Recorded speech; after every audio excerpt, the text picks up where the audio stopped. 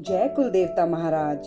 क्या आपने कभी सोचा है कि क्या कुल देवता की पूजा के बिना अन्य पूजा अधूरी मानी जाती है? क्या भगवान शिव, विष्णु, माता रानी या हनुमान जी की पूजा करने से पहले कुल देवता का स्मरण करना जरूरी है, या ये केवल कुछ परिवारों की परंपरा है? आज की इस वीडियो में हम किसी अंधविश्वास की नहीं, बल्कि अलग अलग सनातन परंपराओं में प्रचलित मान्यताओं की बात करेंगे। इसलिए वीडियो को अंत तक अवश्य देखें, क्योंकि हो सकता है आज आपको अपने ही परिवार की एक ऐसी परंपरा के बारे में पता चले जिस पर आपने कभी ध्यान नहीं दिया। सबसे पहले समझते हैं कि कुल देवता या कुल देवी कौन होते हैं। सनातन धर्म में कई परिवारों की एक कुल परंपरा होती है। उस परिवार या वंश द्वारा पीढ़ियों से जिस देवी या देवता की आराधना की जाती है, उन्हें कुल देवता या कुल देवी कहा जाता है। माना जाता है कि वे पूरे कुल की रक्षा करते हैं और परिवार को आशीर्वाद देते हैं।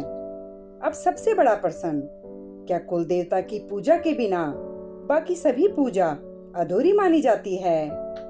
इसका उत्तर इतना सीधा नहीं है। भारत की अलग अलग परंपराओं में अलग अलग मान्यताएं हैं। कई परिवारों में यह परंपरा है कि विवाह, गृह प्रवेश, नामकरण, मुंडन या किसी बड़े शुभ कार्य से पहले कुल देवता का स्मरण किया जाता है।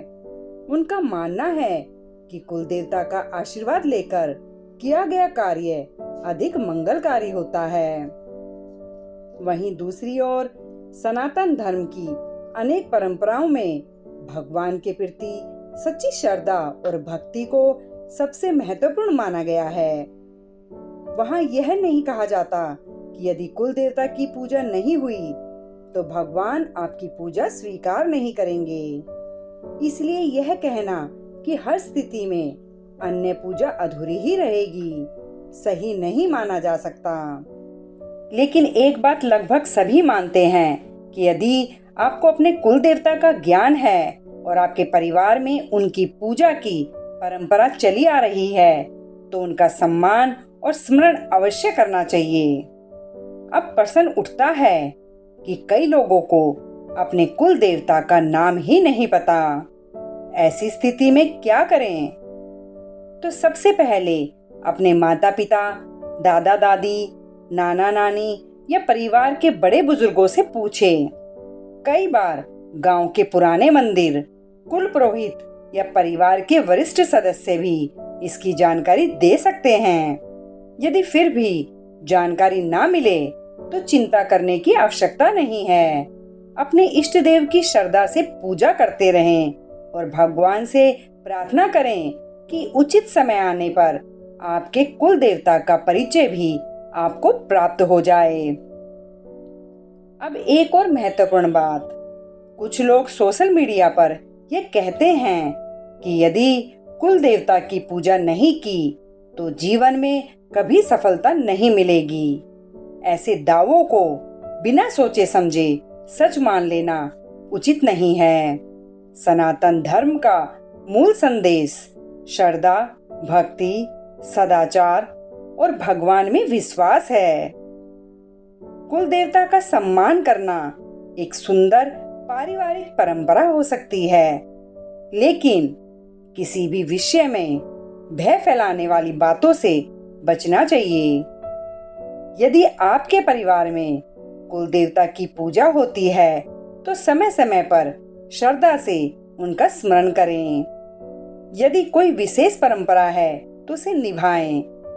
इससे परिवार की सांस्कृतिक विरासत भी बनी रहती है और नई पीढ़ी को भी अपने संस्कारों का ज्ञान मिलता है। याद रखिए, भगवान भाव के भूखे हैं। सच्चे मन से की गई प्रार्थना का अपना महत्व है। साथ ही अपने कुल देवता और कुल देवी का सम्मान करना भी हमारी पारिवारिक परंपराओं का आदर है। अब मैं आपसे एक छोटा सा प्रश्न पूछना चाहती हूँ। क्या आपको अपने कुल देवता या कुल देवी का नाम पता है? यदि पता है तो कमेंट में केवल जय कुल देवता महाराज अवश्य लिखें। और यदि नहीं पता तो आज ही अपने घर के बड़े बुजुर्गों से पूछने का संकल्प लें। अगर आपको ये जानकारी उपयोगी लगी हो तो वीडियो को लाइक करें, अपने परिवार और मित्रों के साथ साझा करें और ऐसे ही सनातन धर्म से जुड़े संतुलित और ज्ञानवर्धक वीडियो देखने के लिए हमारे चैनल को सब्सक्राइब करना ना भूलें। जय श्री राम, जय माता दी, जय कुल देवता महाराज।